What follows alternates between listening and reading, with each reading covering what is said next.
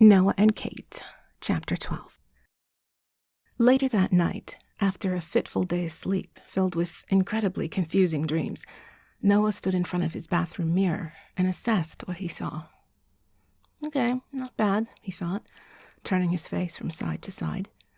He leaned in closer to inspect a blot of dry skin and flicked at it until the offending freeloader fell off.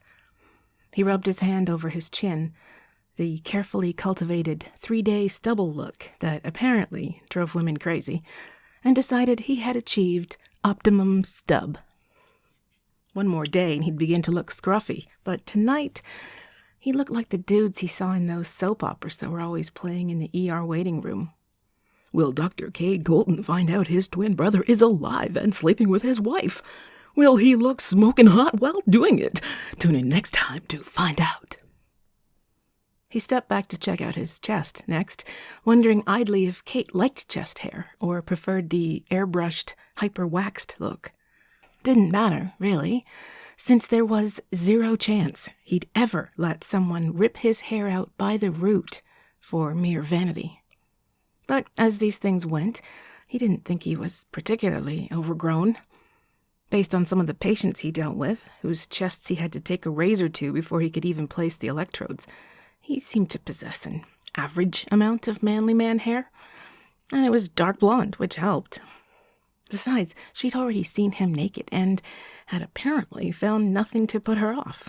How lucky was that? He paused and leaned forward against the sink, bracing his arms against the Formica countertop. He gazed at his reflection without looking for pluses or minuses. He simply stared at his own face and felt the sigh leave him heavily, like it was being pushed out of him by some unseen force. "What are you doing, Kincaid?" He heard his own voice challenging him as he stared at his silent reflection. "What in God's name are you doing?" He shouldn't have suggested this to her. Of all the girls he could possibly have a summer fling with, Katie Malone was just about the last person he should have even considered.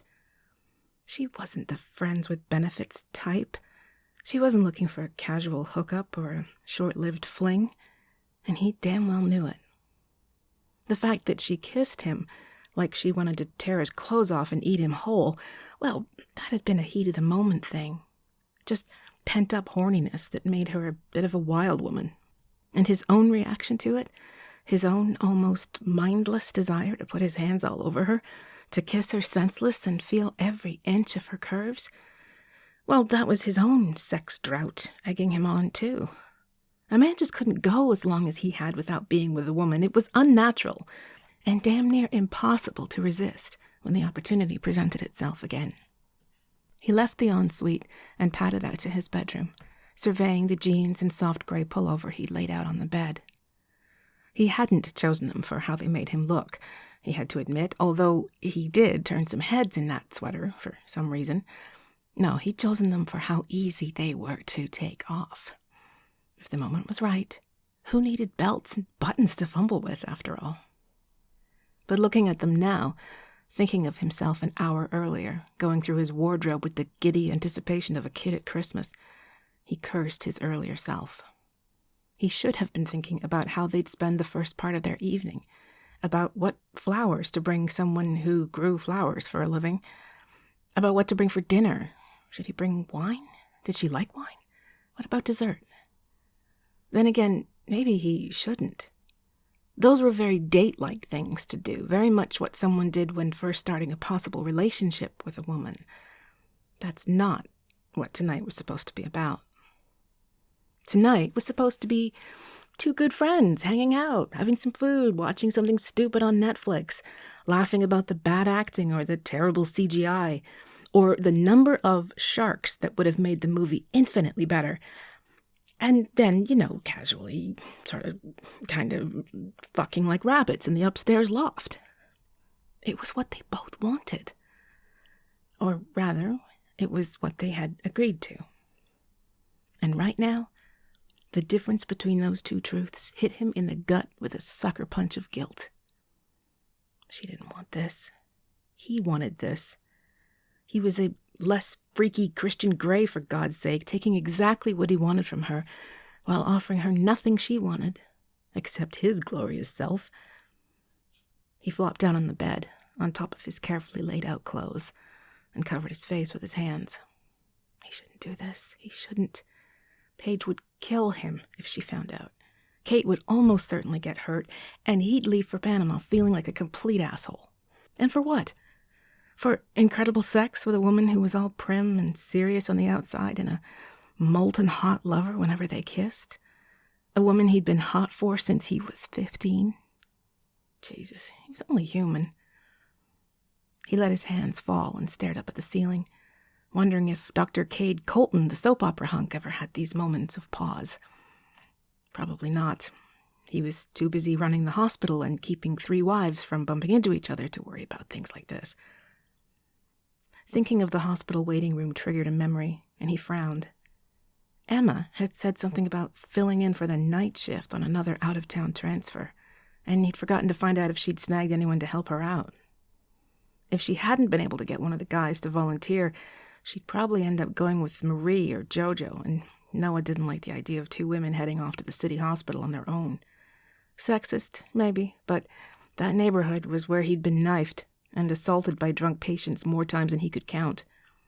He didn't like to think of Em and one of the girls fending for themselves out there, especially at night.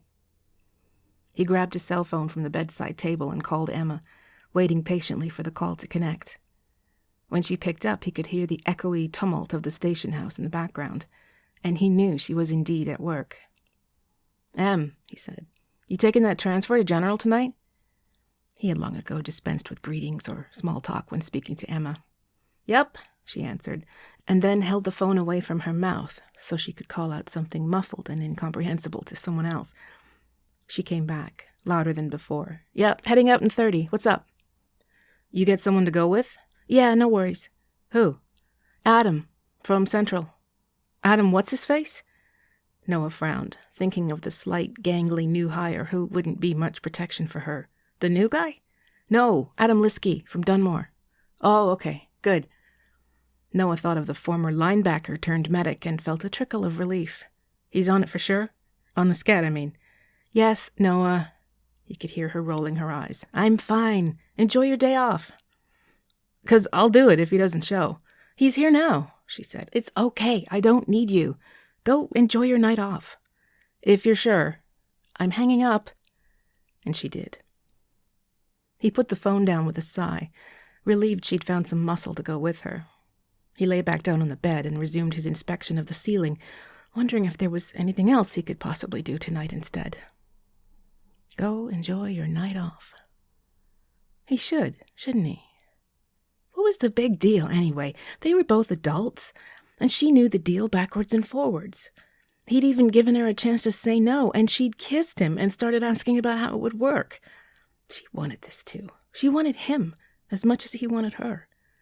She just didn't want to be with jerks anymore. That was what she was really saying. She didn't want a guy who would lie to her, cheat on her, string her along, or use her. She knew she'd get none of that from him, which had to be why she'd agreed to it. He could give her more than himself, he reasoned. He could give her the best summer of her life. A crazy hot, fun, romantic summer of sex and, well, the boyfriend experience, if not the actual boyfriend. After all, he had an advantage in knowing exactly what floated her boat. He went to his duffel bag and dug past his work jacket and thermos and pulled out the little pink diary. He shouldn't feel bad about reading this now, right? He was looking for ways to please her, ways to give her what she always wanted. The cover cracked and creaked as he opened it and began to flip through the stiff pages, charmed as ever by the exuberant blue ink and girlish loops and swirls of her handwriting. He skimmed over entries that didn't involve him. It was the least he could do, focusing only on the parts that pertained to her attraction to him.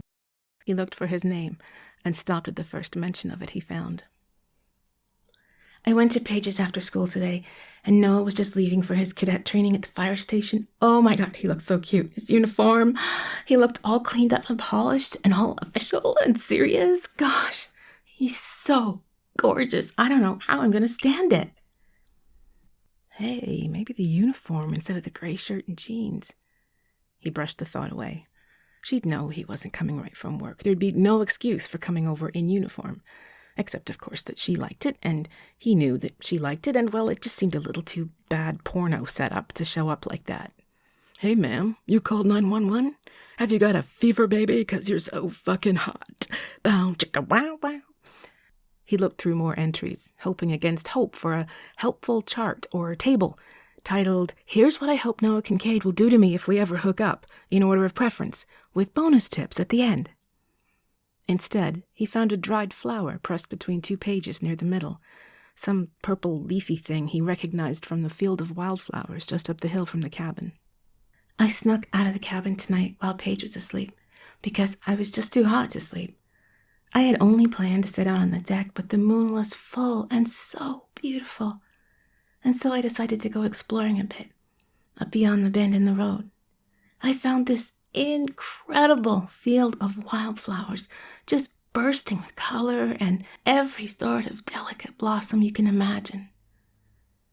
I just love flowers. They're magical little beings, silent and wise, some of them so beautiful and fragile looking, even though their roots grow deep and strong. I never knew this field existed. I can't believe no one ever told me about this place. It was just awesome. There were all these big trees all around it, and this blanket of grasses and flowers, some growing 2 feet high or more. It was the prettiest thing I've ever seen, and I just sat there for a long time beneath one of the trees, hearing the crickets and watching the wind ripple through the grasses like a wave." Aw, he had always liked that field, too. He hadn't been up there in years, but he imagined it was still there.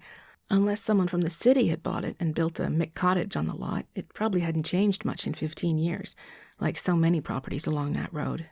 And of course, I started thinking about what happened with Noah. I mean, how could I not? He frowned. What? What had happened with Noah? How was it possible he had no memory of all these important things that had supposedly happened? I know he was probably just angry and scared for Paige, but he really seemed upset that I was up there too. Something about the way he looked at me when he held out his hand to me, and then the way he took my hand. I swear I felt electricity go through me. I had never held his hand before that. Well, I wasn't exactly holding hands, but he was just helping me get on the ladder, but I swear he held onto my hand longer than he had to. And he did put his other hand on my back as I climbed down, and he didn't have to do that. What the hell was she talking about? And he watched me all the way down, and I swear, as much as I love his smile, something about that stern look on his face made me melt. Oh, I'm such a dork, I know, but oh my God, I had no idea he was so grown up or something. When I got to the bottom, it took like 10 minutes, I'm so lame. He just hopped down it like it was nothing, and he went off with Callan to put the ladder away without saying anything to us. Paige was laughing and blowing raspberries at him, but he turned and looked at me. At me. I know it was at me. Our eyes collided. I read that in a romance novel today. I love that expression. Our eyes collided. And he just kept looking at me for a few minutes, and oh my God, I thought I would die. How have I not noticed how grown up he is before now? He looks like a man from behind. He's all tall and broad and masculine. I mean, what the hell? Noah frowned and searched his memory, and then his expression cleared. Oh, right. That time the girls went up on the roof to sunbathe. Jesus. He'd been furious with Paige for being so stupid, and shocked that straight-laced Katie would have gone along with it. Dancing up there like a couple of idiots, risking their necks for a tan. He didn't remember much from that day, just that he'd wanted them both down from that roof pronto. He didn't realize he'd been setting young Katie May's heart ablaze with lust. So I just sat there, thinking about him, wondering what it would be like if he were here with me in this field right now. It was just such a beautiful, romantic night. I could so imagine us lying down together and looking up at the stars, with the wildflowers blowing all around us in the breeze. And maybe he'd lean over and touch my face with his fingers and lift my chin up so he could kiss me. Oh, I would love to make out with him in this beautiful place, just the two of us. I could just kiss him for hours and hours. Maybe he could suggest they go for a midnight stroll up there after dinner. Maybe a little make-out session under the stars was exactly what would turn her into a wild woman again. And I think if he asked me to, I'd even go all the way with him. I would so love it if he were my first. I can't think of anything more perfect than making love in a field of wildflowers with the guy I love. I don't think he'd care that I'm a virgin. I think he'd be gentle and sweet and loving. And of course, since this is just a fantasy and I have no hope whatsoever of this ever happening, I can at least imagine that he'd tell me he loves me, and I tell him how much I love him right back, and we kiss and hug and feel each other up, and I'd tell him how long I've wanted to be with him and how I know I'm meant to be with him. I just know it. And he'd tell me in between kisses that he's loved me for a long time, but he was just too scared to say it. But now he knows I love him too. It's okay. And so he lifts his head up and shouts out to the night sky, "I love Katie May." And I giggle and laugh, and I shout out, "I love Noah James." And we both laugh and kiss and make out some more. And then the next part is harder to imagine since I've never done it. But based on what I've seen, I think it would feel really nice if he went inside me and we were one. I bet it feels just perfect, being one with the person you know you were put on earth to love. Because I do love him. I love him with all my heart. I can only say it here or to the wind up in that field. But I love him so much it hurts. I want to marry him one day and have his babies and grow old with him. I want to have a nice house with a big yard and a nice fireplace and a big bed in our bedroom where we can sleep in and spend our nights in each other's arms. I'm such a sap, but I can't help it. I am hopelessly in love with Noah Kincaid. I love Noah James Kincaid, and I always, always, always will. Noah put the diary down and swallowed hard against the lump in his throat. His hands trembled, making the diary shake on his lap. He looked around his room, panic mixing with a weird kind of excitement, a kind of ego-fluffing euphoria he did not need right now. Jesus, she'd been a passionate little thing back then. How hadn't he known this, not seen this in her? Sure, most of it was teenage hormones driving these declarations of love, but holy shit, this was intense. Another thought washed over him, or rather, crashed over him, like a tsunami. He couldn't do this. He just couldn't do this. He rose quickly and pulled on his jeans, foregoing the gray sweater and pulling on a faded black Goo Goo Dolls t-shirt that he usually only wore when cleaning house. He didn't check himself in the mirror before grabbing his phone and wallet and throwing on his bike jacket. He'd go over there and tell her it was a bad idea. He'd tell her he was sorry. He'd make it okay. He'd make sure she knew why he was backing out. With any luck, she'd have come to the same conclusion, and they could just go back to being friends. He started up his bike and headed off to the cabin, hearing her voice echoing through his head. I love Noah James Kincaid, and I always will. Kate stood in front of the bathroom mirror, assessing her reflection with a mixture of trepidation and excitement, and a fair bit of, what the hell are you doing? Because this was crazy.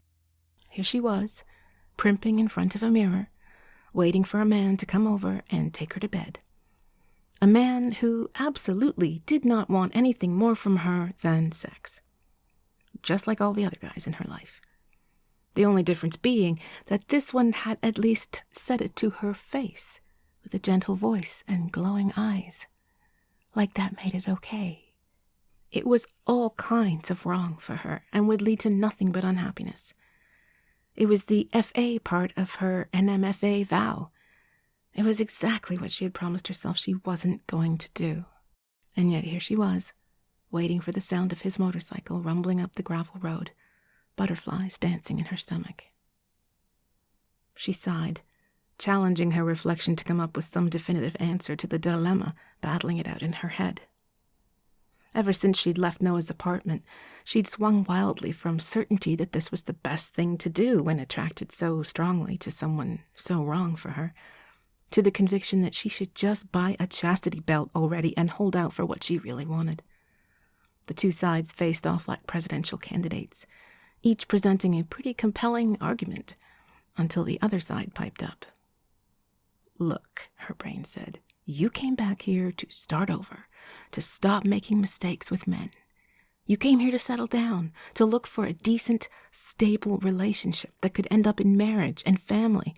You did not come back here for a roll in the hay with your totally not husband material high school crush." "Look," her hormones said, "you know he's not Mr. Right.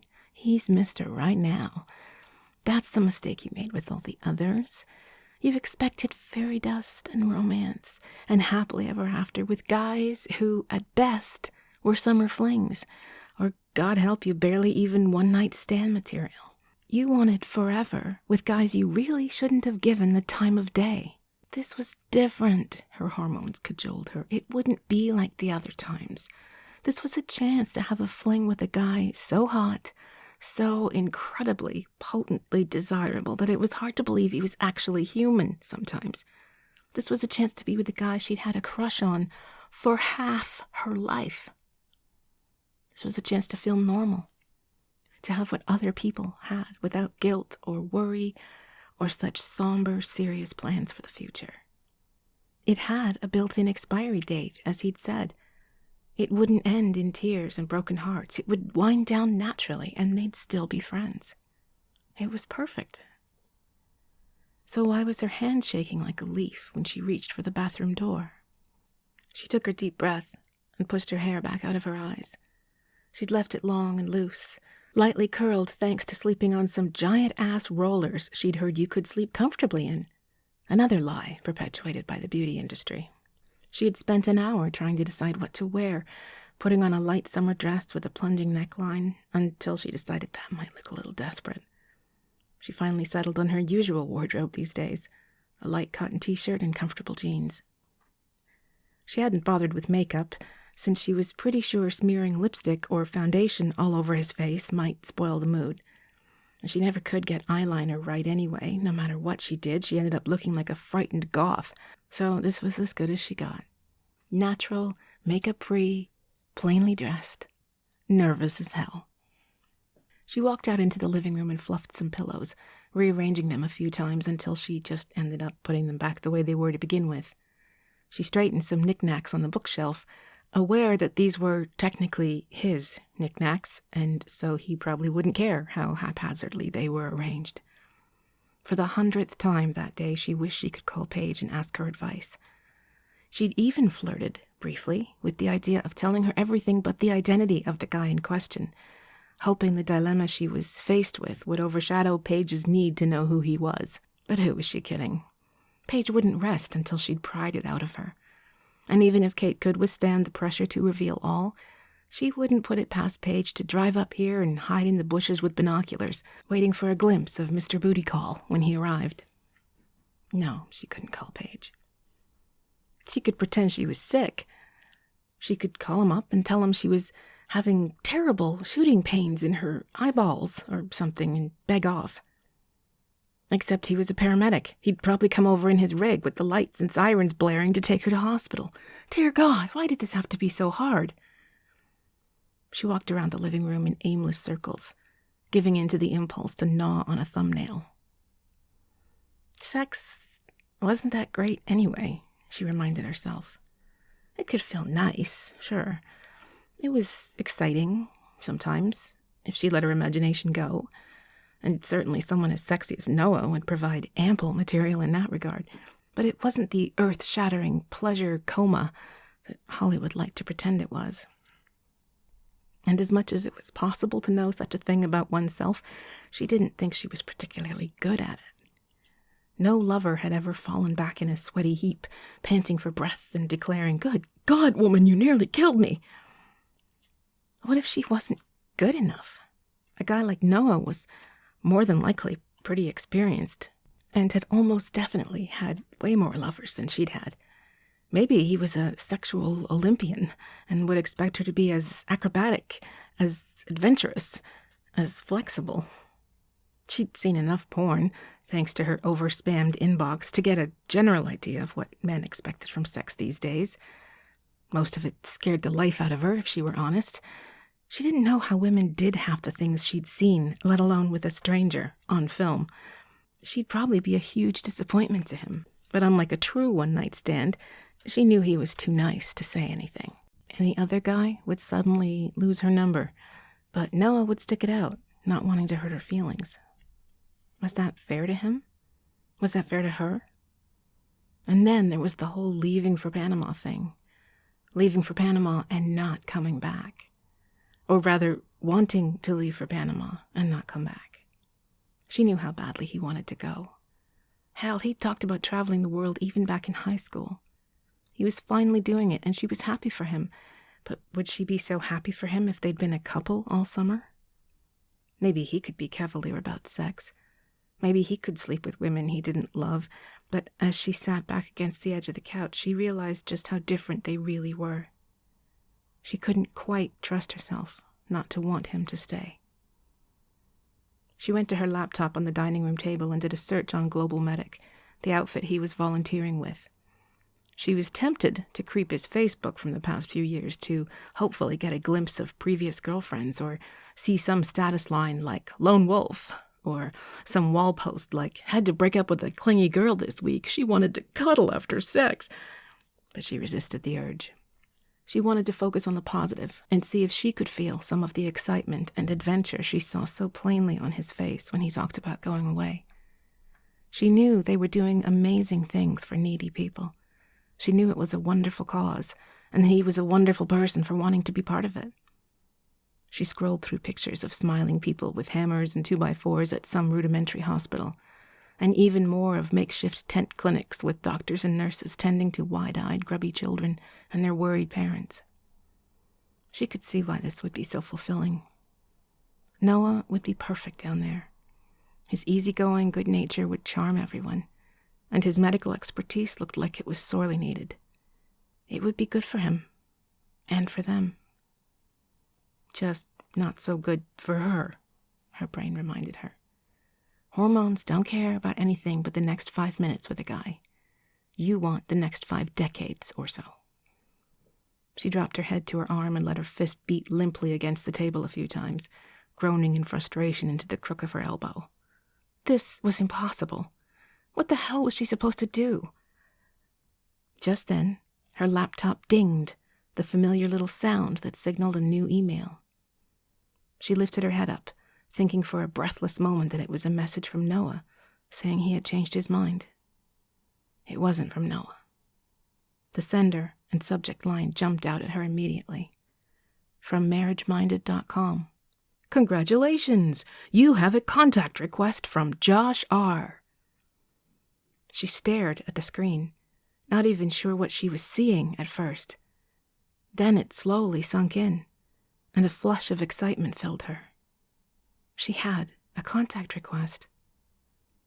When the message opened, she was greeted by a thumbnail image of a nice-looking man in his 30s, she guessed, with neat brown hair and a pleasant smile. Josh R., the email read, with buoyant enthusiasm, would like to start a conversation. She didn't click through to his profile, or on the button that invited her to accept his invitation. She didn't need to, not right this minute.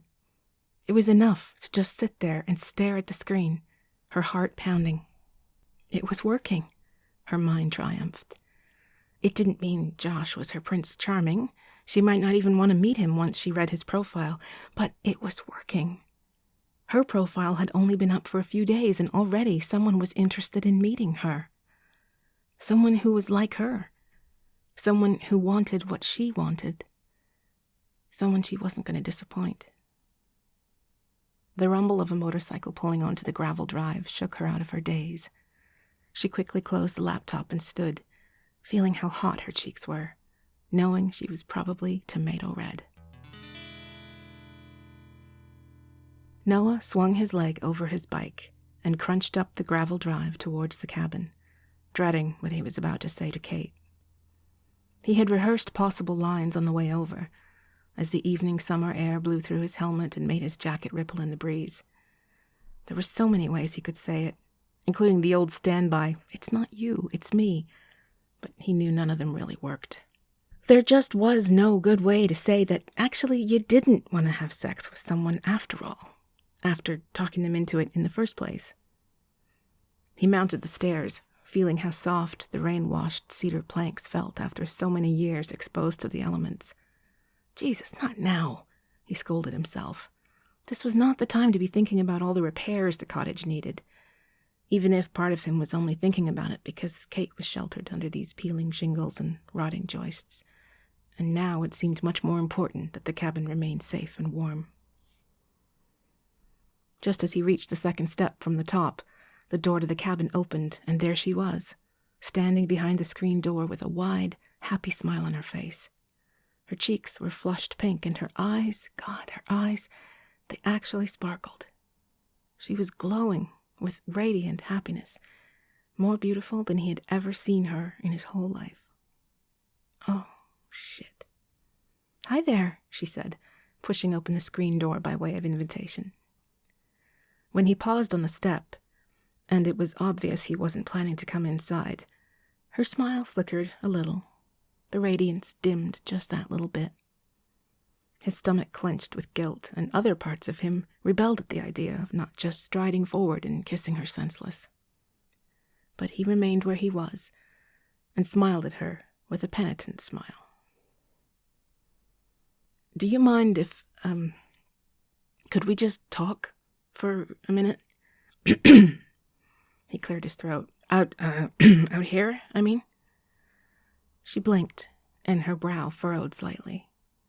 He had to fight the urge to reach out and smooth that little crease away with his thumb. Or his lips, for that matter. Sure, she said, with a confused brightness. Is everything okay? She pushed through the screen door and let it bang shut behind her, coming towards him as she slipped her hands into the back pockets of her jeans. That image alone, of her own hands rounded over her sensational ass, made him look away before he forgot why he had decided to say what he was here to say. Yeah, fine, he said. I was just thinking about some things, and I wanted to talk to you.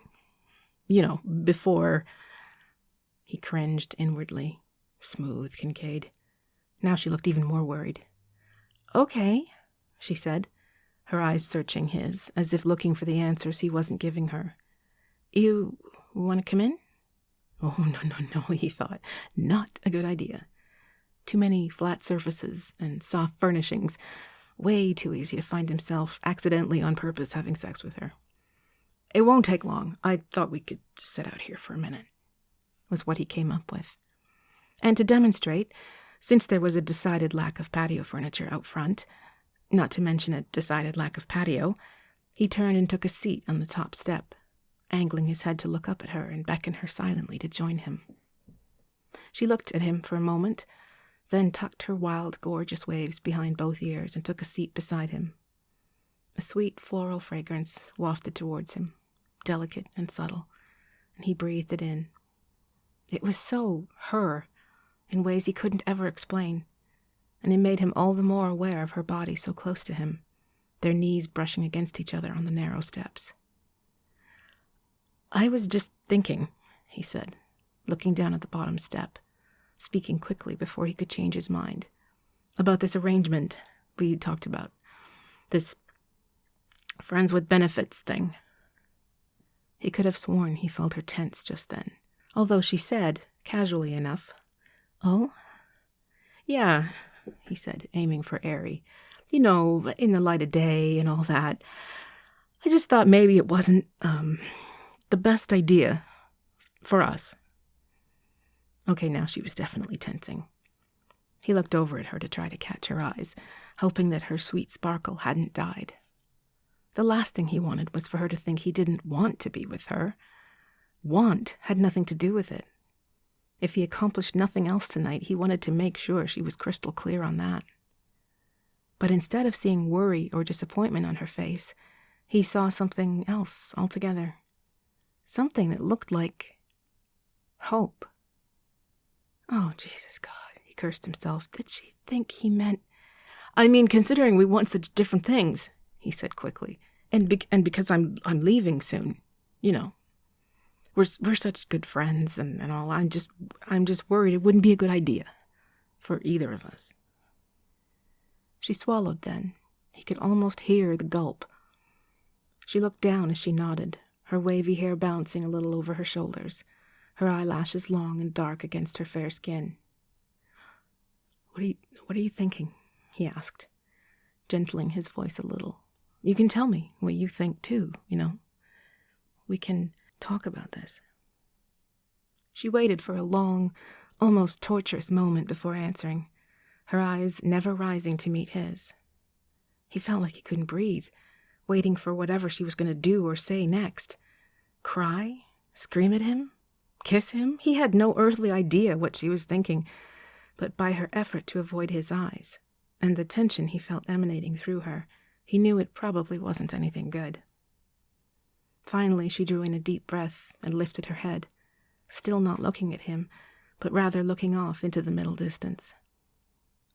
I'm glad you brought this up, she said. He listened closely for signs of sarcasm or possibly his imminent destruction, but she seemed to be sincere. He stayed silent, not wanting to say anything that would make things worse. I was thinking about it too, she said. I was thinking about how complicated it could get, how it's not what I want, and how it could make leaving difficult for you, even if you think it won't. He let out a breath, relief surging through him. When she looked over at him, she gave him a sweet little smile that just about melted his heart. I don't want to complicate your life, or do anything that might make it harder for you to pursue your dream, she said, so earnestly he wanted to take her in his arms right there and kiss her. And I know you don't want to make me unhappy either.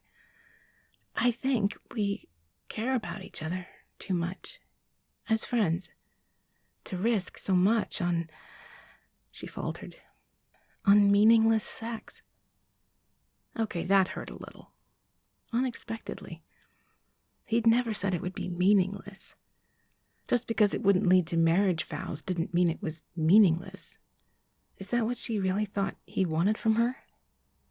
So I agree, she said, drawing in another deep breath that made her voice tremble a little. We've gone a little bit crazy with the kissing, but that's all we've done. I don't think it's gone too far at this point. I think we can just forget about it and move on. If you agree with me that it's best. Well, he doubted he would ever forget what kissing her felt like. Images of her soft curves under his hand, memories of her sensuous mouth responding to his kiss, her breathless, heavy-lidded, sultry desire when they broke for air and stared at each other, mesmerized by just how amazing a simple kiss could feel. She was looking at him so earnestly, with such an open, questioning expression on his face that he knew then he had a choice. A simple choice, really.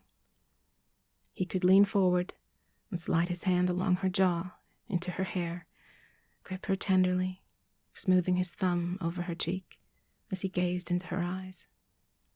He could lower his lips to hers and kiss her, tenderly, slowly, the kiss growing more heated as their mutual desire for each other took over. He could take her by the hand and lead her inside, to the upstairs loft, or to the couch, or to that infamous bottom bunk. He could whisper promises to her, tell her what she wanted to hear, unburden himself of every thought he'd ever had about her. He could swear they'd make it work somehow, and then make love to her, showing her how he felt, instead of struggling to find the right words. He could fall into her so easily and see that radiant glow again, those beautiful sparkling eyes, that little light of hope that had sparked so briefly in her. Or he could nod and agree, swallow hard against the lump in his own throat, lean over and kiss her on the cheek and squeeze her hand, the way he might do with Paige. He could stand up and offer her an affectionate hug, maybe another kiss on the forehead, and climb back on his bike for the lonely ride home. It wouldn't hurt for long, for either of them. Sexual desire was just hormonal. He knew that better than most. They'd both get over it and end up better off for not having given into it.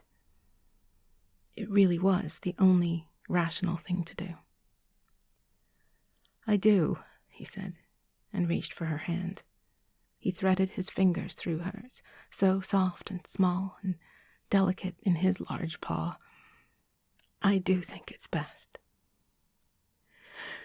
"Good," she sighed, squeezing his hand and smiling at him with what he believed, hoped, was genuine affection. "Like I said, I'm glad you brought this up tonight. Before we..." She trailed off and wiggled her eyebrows with comic naughtiness. I'm glad. I'm so glad you're okay with it. I was really worried you'd hate me." "Oh, of course not," she scoffed, raising both their hands to her lips and kissing the back of his. "Besides, nothing could put me in a bad mood tonight. I just got an email from that dating site." He froze. His insides clenched, and he could have sworn his heart stopped. "You got an email? What is that?" He struggled to understand, even though the rock in his gut told him he was pretty sure he already knew. "What does that mean?" She scrunched up her nose and wiggled with excitement. "I've been contacted by someone who wants to meet me," she said in a whisper of glee. "I can't believe it's happened so fast. It's incredible. I can hardly believe it, but it looks like I have a date."